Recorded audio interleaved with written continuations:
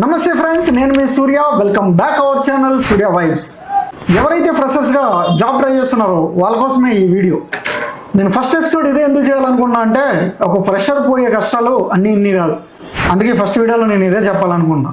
ఎవరైనా job try చేసే వాళ్ళు ఉంటే ఈ వీడియో మస్ట్ వాచ్ చేయండి. అంటే మీకు చాలా ఉపయోగపడుతుంది. ఎందుకంటే నేను చేసిన మిస్టేక్స్ మీరు చేయకుండా ఉంటే చాలు, ఖచ్చితంగా జాబ్ దొరుకుతుంది. చాలామంది స్టూడెంట్స్ ఎవరైతే విలేజెస్ నుంచి సిటీకి వచ్చి జాబ్ ట్రై చేయడానికి ట్రై చేస్తున్నారో వాళ్ళ కోసమే ఈ వీడియో. ఎందుకు నేను ఈ విషయం చెప్పాలనుకున్నా అంటే, చాలామందికి ఇంటర్వ్యూ ప్రాసెస్ ఎలా ఉంటుంది, ఏం జరుగుతుంది అనేది మాత్రం తెలియదు. నేను చెప్పే వీడియో 199 మందికి తెలిసే ఉంటుంది. బట్ అది తెలియని 1% కోసమే నేను చేస్తున్న ఈ వీడియో. ఇంకా టాపిక్లోకి అయితే వెళ్ళిపోదాం. అండ్ ఫస్ట్ పాయింట్ వచ్చేసరికి, మీ రెజ్యూమ్ ప్రాపర్ డీటెయిల్స్తో కరెక్ట్గా ఉండేలా చూసుకోండి. అండ్ ఫేక్ అయితే అస్సలు పెట్టకండి. హెచ్ఆర్లు ముందే గెంటేస్తారు బయటికి.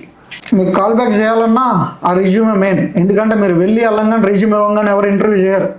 వాళ్ళ దగ్గర పెట్టుకొని ఒకరోజు పిలుస్తారు, ఆ రోజు వచ్చి ఇంటర్వ్యూ ఇవ్వాల్సి వస్తుంది మీరు.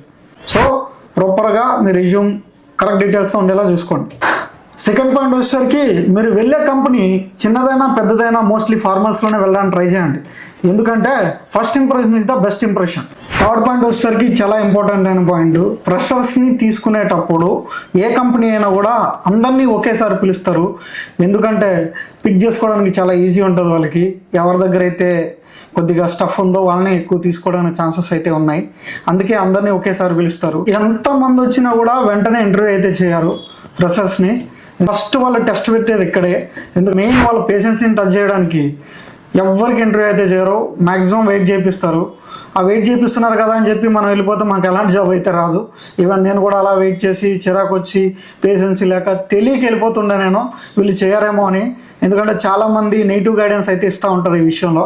అది తెలియక నేను సరే చేయట్లేదా అవునా అని చెప్పేసి నేను వెళ్ళిపోతుండే. సో ఆ మిస్టేక్ అయితే మీరు చేయకండి. ఇంటర్వ్యూ అయితే పక్కాగా తీసుకుంటారు. ఎక్కడో పిలిచి 1 or 2 కంపెనీస్ తప్ప మెజారిటీ ఆఫ్ కంపెనీస్ పిలిచాయంటే కనుక ఖచ్చితంగా తీసుకున్నా తీసుకోకపోయినా ఇంటర్వ్యూ చేసే పంపిస్తారు. సో మోస్ట్లీ వెయిట్ చేస్తే చాలా బెటర్. ఫోర్త్ పాయింట్ వచ్చేసరికి, ఇంటర్వ్యూ చేస్తున్నప్పుడు మాత్రం కొద్దిగా కాన్ఫిడెంట్గా మాట్లాడడానికి అయితే ట్రై చేయండి. ఎందుకంటే మోస్ట్ ఆఫ్ ది స్టూడెంట్స్ని వాళ్ళ కాన్ఫిడెన్స్ చూసే తీసుకుంటారు. అండ్ హెచ్ఆర్స్ అడిగే క్వశ్చన్స్లో 2 క్వశ్చన్స్ అయితే మ్యాండేటరీగా ఉంటాయి. ఒకటి, మీరు ఏదైతే సబ్జెక్ట్ చదువుకున్నారో దాని మీద మీకు ఎంత డెప్త్ నాలెడ్జ్ ఉన్నదనేది మాత్రం వాళ్ళు ఖచ్చితంగా చూస్తారు. అండ్ నెక్స్ట్ వచ్చేసరికి, యాజ్ ఏ ఫ్రెషర్గా వచ్చినప్పుడు వాళ్ళకి కావాల్సింది మెయిన్ నీ సెల్ఫ్ డీటెయిల్స్ ఎంత కాన్ఫిడెంట్గా చెప్తున్నావు అనేది మాత్రం చూస్తారు. ఈ 2 అయితే మెయిన్గా ఉంటాయి. ఈ 2 అడగకుండా ఏ ఇంటర్వ్యూ అయితే ఉండదు. యాజ్ ఏ ఫ్రెషర్గా వచ్చినప్పుడు ఇవే అడుగుతారు, ఈ డీటెయిల్సే మెయిన్ ఉంటాయి. కానీ ఇవి కూడా తెలియని వాళ్ళు చాలామంది అయితే ఉంటారు. వాళ్ళ కోసం నేను ఈ వీడియో అయితే చేస్తున్నా. నేను చెప్పే 4 పాయింట్స్ చాలామందికి తెలిసే ఉంటుంది. బట్ ఎవరైతే తెలియని వాళ్ళు అయితే ఉన్నారో వాళ్ళ కోసమే ఈ వీడియో. మనం ఎప్పుడు అనుకుంటాం మన సైడ్ నుంచే కాదు, అవతల సైడ్ నుంచి కూడా ఆలోచించాలి. ఎవరైతే మెజారిటీ ఆఫ్ స్టూడెంట్స్ ఈ స్కూల్ నుంచి కానీ, గవర్నమెంట్ స్కూల్ నుంచి కానీ, గవర్నమెంట్ కాలేజ్ నుంచి కానీ రిలీవ్ అయి ఉంటారో వాళ్ళకి ఈ పాయింట్స్ ఎంతవరకు తెలిసి ఉంటాయి.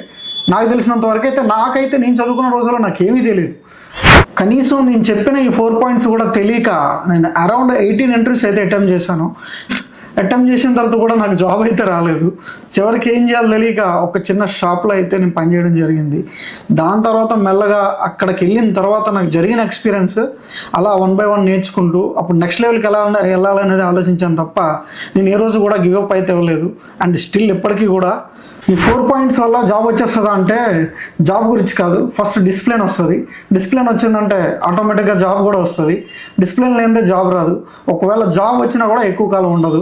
ఇదైతే నాకు బాగా తెలుసు. నేనైతే నా లైఫ్లో చాలా ఎక్స్పీరియన్స్ చేశా. అండ్ ఈ 4 పాయింట్స్ తెలియక చాలామంది అయితే నాలానే జాబ్ కోసం తిరిగిన వాళ్ళు ఉన్నారు. వాళ్ళు ఎవరైతే ఈ ఎక్స్పీరియన్స్ చేస్తున్నారో కింద కామెంట్ అయితే చేయండి. And thanks for watching. By by now. Thank you.